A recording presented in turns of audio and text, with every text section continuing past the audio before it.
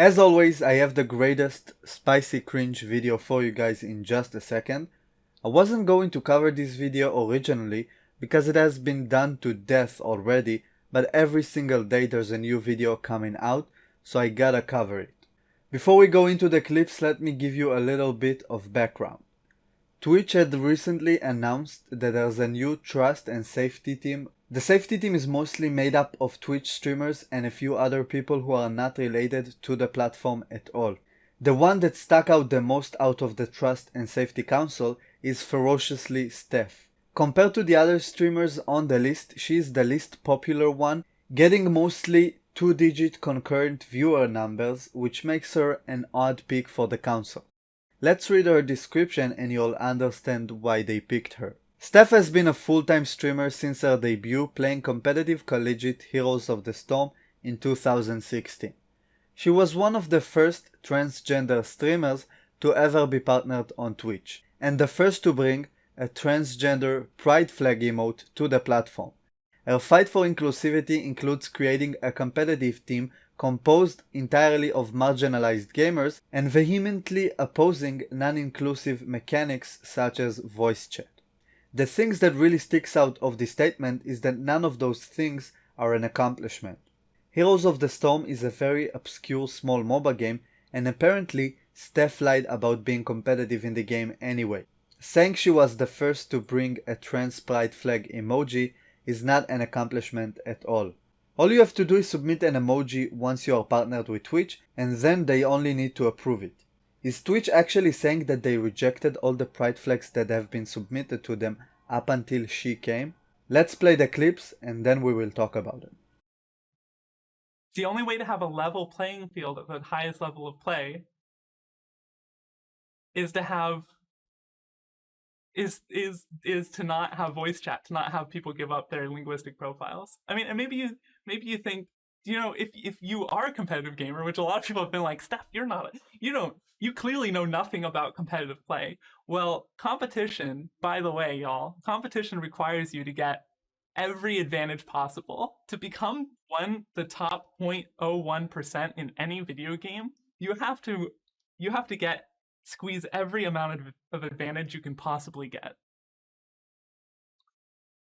Voice chat is unfair. Period.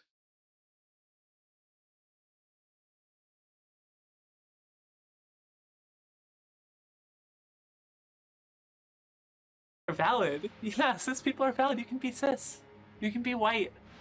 Someone thinks I'm like super like racist against white people. No, I'm just not cool with white supremacy, y'all. It's really not that. I think a lot of you gamers are actually white supremacists. Sorry. Just a fact of how I feel, which is an opinion. How can anyone see that clip and see it's bad somehow? I don't know. Start and come back to here, maybe. Nice and soft. Round to the back of the head. Maybe down a little bit. What's nice about forest creatures is that they'll sort of give you feedback on your scritches. And they're pretty sensitive to scritches. So scritches in different areas get different reactions from forest creatures. You can get.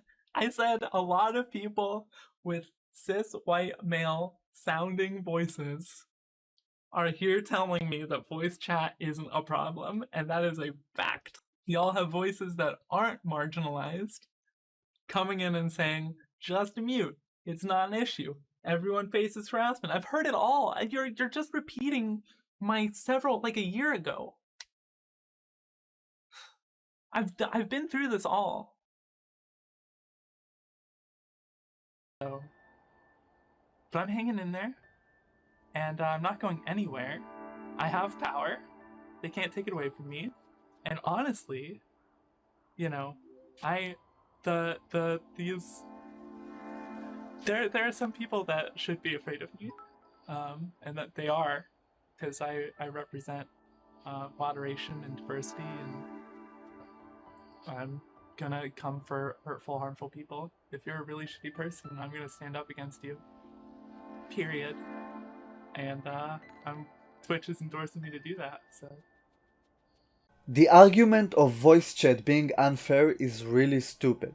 As a guy who enjoys being the contrarian, I can't come up with a good reason to not have a voice chat in a competitive game, because communication is such a key part of a team-based game. Why would you remove a feature that serves 99% of the player base just so you can cater to the 1%, especially in competitive play? Take a look at League of Legends, for example, one of the most competitive games out there.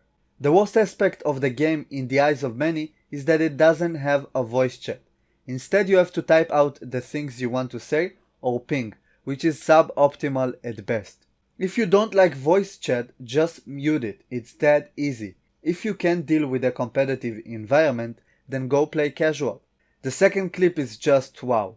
Just classic SJW generalization. Everyone who don't likes me and I don't like is a white supremacist.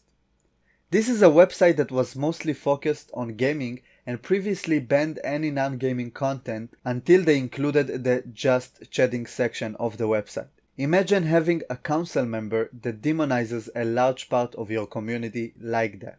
Moving on to the third clip, as odd as it might be, it's easily explainable if you take a look at her profile on Twitter. FerociouslySteph is a trans woman that identifies as a deer girl. I honestly thought that the other kin meme died long ago in 2015, but apparently Steph is one of those. That's why she enjoys what her partner did to her in the video, because she's a deer. The fourth clip is very funny because she says muting doesn't work and it's not a good way to deal with it, but in the fifth clip you can literally see her celebrate her mods banning and muting people she doesn't like, which contradicts her previous statement. The last clip really shows how Twitch had essentially gave a gun to a toddler.